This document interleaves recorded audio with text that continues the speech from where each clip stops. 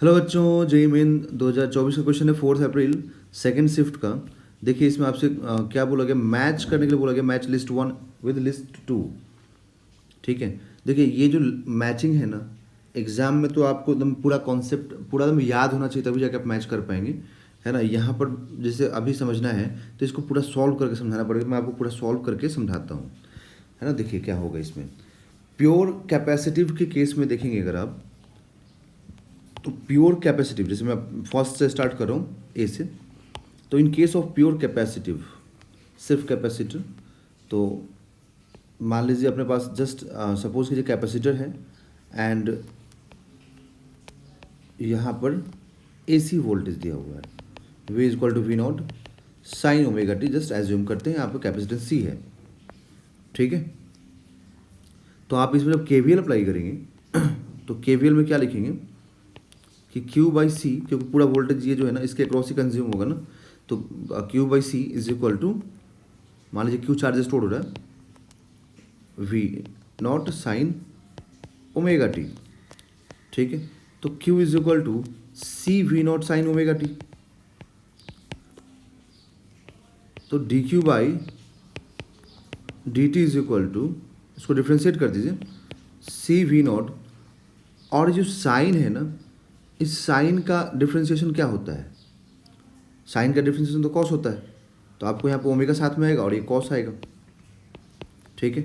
मतलब ये आप यहाँ से बोलेंगे कि आई इज इक्वल टू, ठीक है, ये पूरा आई नॉट हो गया, तो आई नॉट, और यहाँ से ये कॉस है, तो कॉस को आप साइन में कैसे लिखेंगे, कॉस पॉजिटिव है ना, तो पॉजिटिव है तो साइन, इसको लिखेंगे हम लोग 90 माइनस थीटा। अब इसको आप I is equal to I naught 90 minus omega T लिख सकते हैं।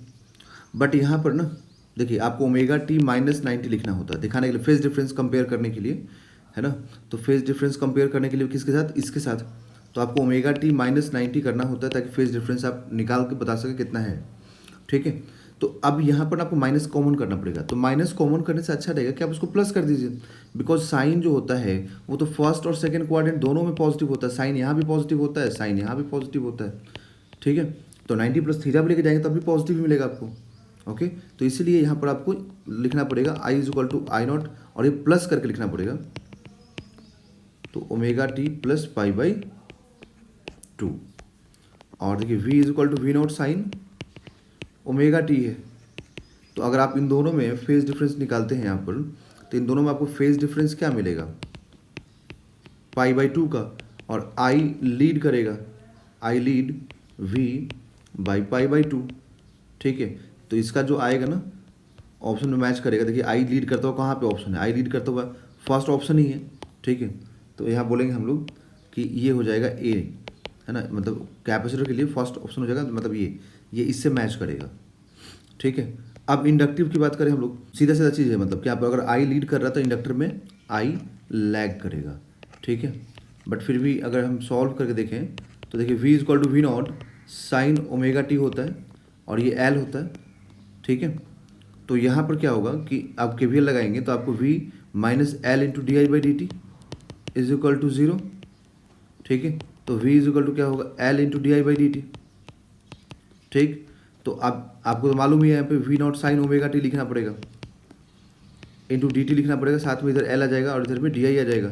तो अब इसका इंटीग्रेशन क्या आएगा, माइनस कॉस आएगा ना। तो यहाँ से जब सॉल्व करेंगे आप, तो V naught omega L minus cos omega T into में है ये, ठीक है, सब्ट्रैक्शन में नहीं है। तो यहाँ से ये हो गया आई नॉट। ठीक है। ये पूरा पार्ट आई नॉट हो गया, और ये जो माइनस कॉस ओमेगा टी है इसको आप लिखेंगे यहाँ पर, माइनस को बाहर कीजिए, साइन, ठीक है, साइन 90 माइनस ओमेगा टी।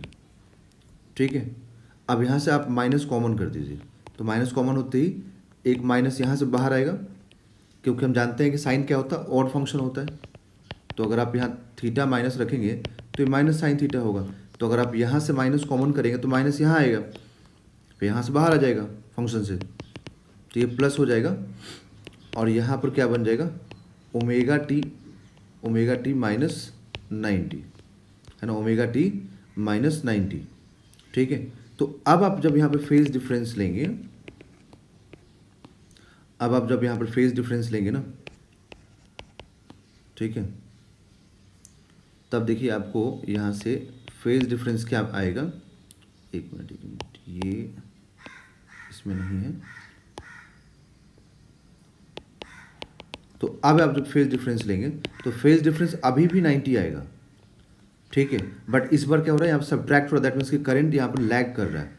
तो हम लोग क्या बोलेंगे, I lags behind V by pi by 2। तो इस बार आई लैग करेगा। तो आई लैग करता हुआ कहाँ ऑप्शन है, तो ऑप्शन नंबर 4 है। देखिए आई लैग करता हुआ जो है ना, ये ऑप्शन नंबर 4 है 90 से। तो हम बोलेंगे कि प्योर इंडक्टिव के लिए, दैट इज ये 2 के लिए, मतलब ये बी या 2 बोलो, जो भी बोलो, इसके लिए हो जाएगा 4, ठीक है। और अब देखिए, अब यहाँ पर रेजोनेंस पे, तो रेजोनेंस पे क्या होता है ना, तो रेजोनेंस पे सीधा सीधा चीज़ होता है कि एल और सी के अक्रॉस जो पोटेंशियल होता है या जो उनका रेजिस्टेंस होता है वो सेम हो जाता है। तो ये एक प्योर रेजिस्टिव की तरह ही काम करने लगता है ऑलमोस्ट, ठीक है। तो उस केस में क्या होता है कि पोटेंशियल और करंट के बीच का जो फेज डिफरेंस होता है वो ज़ीरो होता है। तो वहाँ पर जीरो वाला एक ही ऑप्शन है, ऑप्शन नंबर 2, ठीक है। ये तो ये जो है ना, थर्ड इससे मैच कर जाएगा, ठीक है, थर्ड इससे मैच करेगा। एंड एलसीआर का सिंपल जो सर्किट होता है वो होता है ये वाला, तो ये मैच कर जाएगा, ठीक है। तो यहाँ पर देखते हैं फर्स्ट का, मतलब ये जो है ए का फर्स्ट है ना, मतलब ये ए बी सी डी के फॉर्मेट में है। एक मिनट रुकिए, ए बी सी और डी के फॉर्मेट में है। तो फर्स्ट ए का फर्स्ट यहाँ पर है और इसमें है। बी का क्या आया था अपने पास, तो बी का आया था फोर्थ, तो बी का फोर्थ दोनों में है, 2 और 4 में। अब थर्ड से डिसाइड होगा, तो थर्ड में सेकंड मिला है, तो थर्ड में सेकंड ऑप्शन नंबर 4 में है। एंड डी का थर्ड है ना, डी का थर्ड है ना, तो ये वाला, तो option number 4 is the right answer.